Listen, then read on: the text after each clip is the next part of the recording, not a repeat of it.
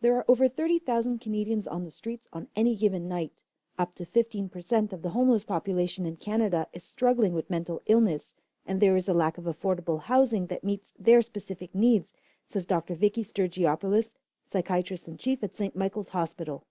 The wait lists for housing among people with mental illness and addictions are very long, and then housing and supports are often not coordinated, or sometimes they don't follow the best evidence.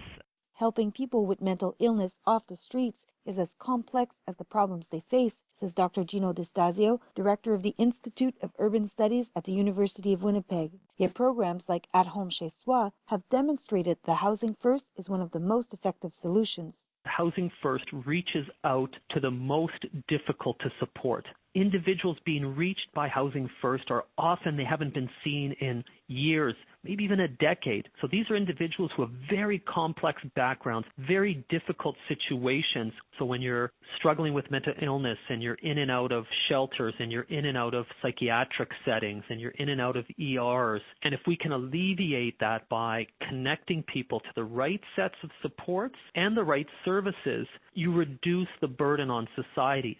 While Housing First does not prevent homelessness occurring for the first time, but if you've been homeless and you've tried other programs and you've struggled and failed, there's a much, much higher likelihood that once you get into a Housing First program, you will stay housed and supported at a much higher rate. Housing First initiatives offer homeless people with mental illness immediate access to housing, as well as adequate help and social supports, explains Dr. Stergiopoulos. The more complex needs somebody experiences, the more support they would receive. And the supports are very client-driven, recovery-oriented. At any step of the process, they respect the client's choices. There are no preconditions of taking medication or seeing a psychiatrist or stopping using alcohol or drugs. And this seems to work for this population. So any housing strategy needs to offer that kind of choice. When people have choice as to their environment, they are more likely to succeed in staying housed. In fact, less than 20% of people who have participated in the At Home Chez project did not stay housed. The success of such initiatives should not just be about how many people stayed housed, reminds Dr. Distasio. What we have to remember, like any type of intervention, medical or not, there's always going to be a range of individuals where it just simply doesn't work. To us, it's really about reconnecting people who've been disconnected from the system and helping support their transition back into the right sets of support. Studies have shown that Housing First decreased the amount of health services a homeless person might need, says Dr. Distasio. We may have somebody who is tremendously ill, but had been going in and out of ERs and in and out of the wrong types of doctors, just didn't have enough stability in their life to get the pathway they needed into the medical system. Stable housing, a supportive case manager, the right sets of supports can actually dramatically change the health outcome and offset the cost. So now 20 visits to the ER are reduced to 2. Visits to psychiatric emergencies are reduced dramatically because they have access on an ongoing basis with a psychiatrist, a general practitioner, and a team that's connected them into the right services. Creating a more robust system is key, adds Dr. Distasio.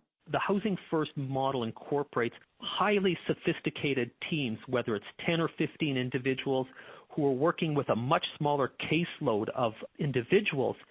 They can build those very strong relationships. So if my entire caseload is 10 or 15 clients, I get to know them. So 10 or 15 people discussing 100 clients is much better than a current system where one social worker may have hundreds of clients. One of the key and core elements is building trust and having real strong relationships with the clients and service workers.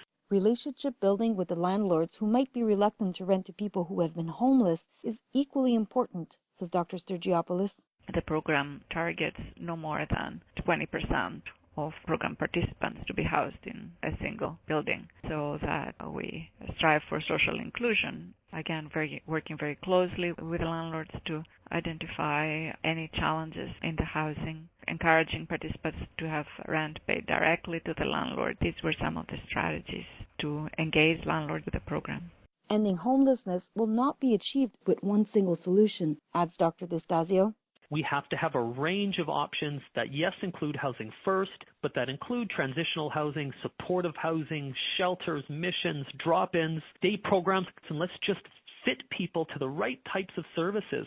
And I think that's what's been missing. Homelessness needs to be treated as an economic issue, but also as a health and human right, says Dr. Stergiopoulos. We know that homelessness costs the Canadian economy enormously, approximately $7 billion annually. I don't think we can afford to continue that way.